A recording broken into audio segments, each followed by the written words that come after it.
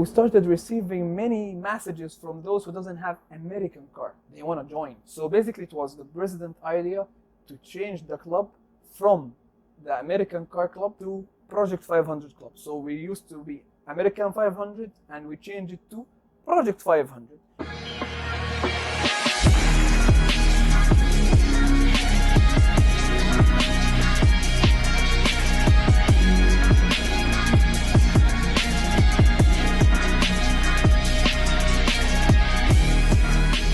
So basically the passion for the car events and all of that, as I told you before, it starts with my dad.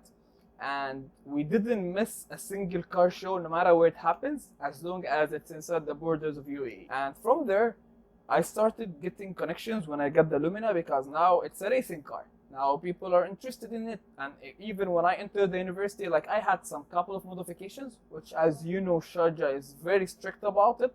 I had the exhaust system, the headers, I got the engine cam, I had like tuned the car, and it was very like unique because it's super black, and I got the full car tinted, so it got the ghost vibe, you know, and everyone used to know me because of this car, okay?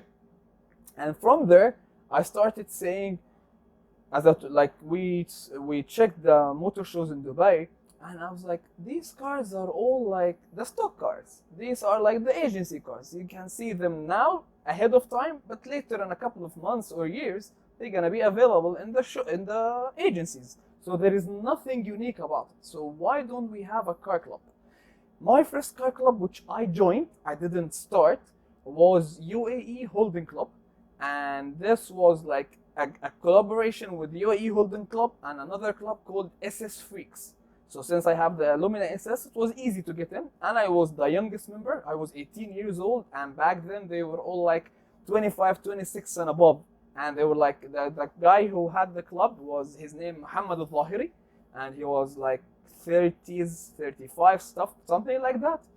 And since I was the youngest, I had, let's say, the privilege or some extra way of taking care, because they know you're furious, you're just a kid compared to them.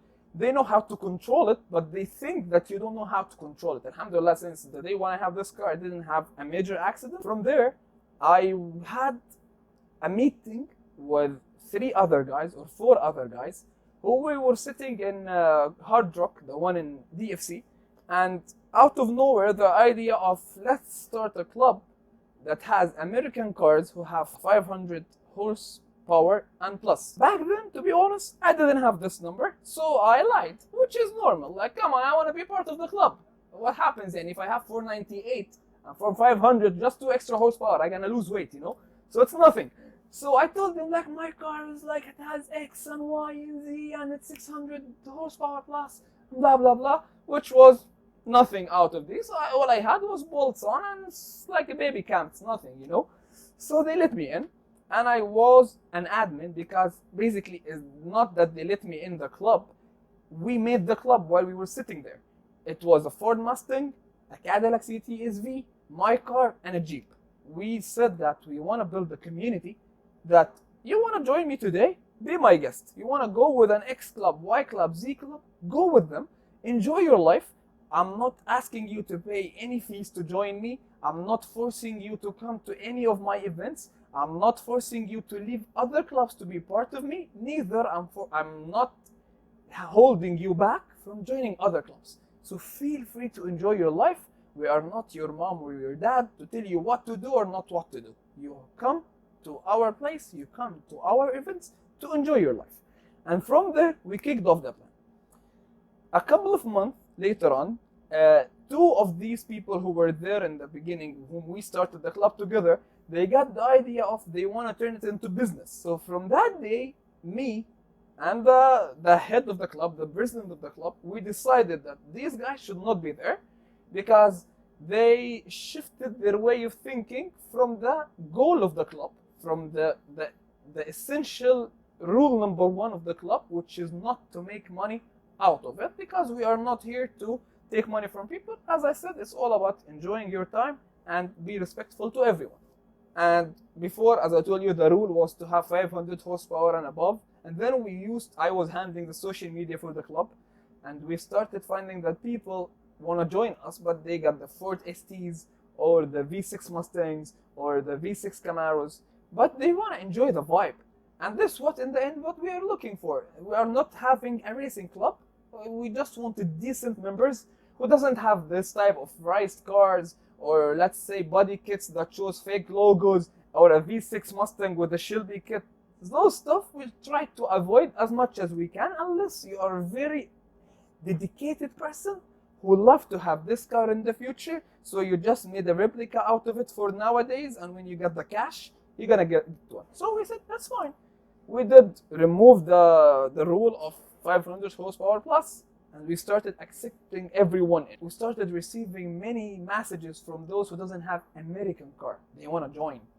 So basically it was the president idea to change the club from the American car club to Project 500 club. So we used to be American 500 and we changed it to Project 500. And we started accepting all the car clubs, even if you are registered in, I don't want to, like, let's say Mustang Knights, Volster clubs, UAE Holding Club, all the car clubs in the UAE, you are most welcome to join us, unless your other club don't want you to join us. And we cannot text them for you or in your behalf and say, hey, X want to join us, can we let him in? Because we wouldn't do that. It's in the end, it's your business to deal with them, and our doors are always open for you to join us. And back then, when we used to have a huge number, and we used to say, we have a drive, let's go for X, let's go for Y, out of 200 members, which is the WhatsApp maximum number of members you can get in a WhatsApp group, you see like 15 showing up, 16 showing up. So I told him, like, we need to do a process of filtering out whom are really interested in joining the club, whom are really interested to attending our events, because there are people who want to join, but there is no space for them. So since those who are not active, we can ask them, guys, we give you a chance in the next 2 events, you need to show up. Unfortunately, if you didn't, we have to ask you and apologize from you, you have to leave, okay? We started getting a lot of people joining the club again, which are non-American car clubs. And we found at one point that car shows became so overrated. Like, the problem is, you go for a car show, you see the same car in the same car show, like whether it's Al Quwain car show, Ras Al Khaimah car show, the custom show in Abu Dhabi, the Dubai shows, the one in Festival City, you know. Yeah, and all the car clubs which are attending are the same car clubs.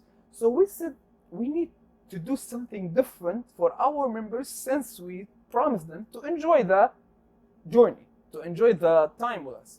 So we started having a 2 times drive monthly and a weekly let's say it's called a casual event, which is unofficial event that we all gather for shisha, we all gather for a dinner. We used to do collaboration with some restaurants to get discounts for our members.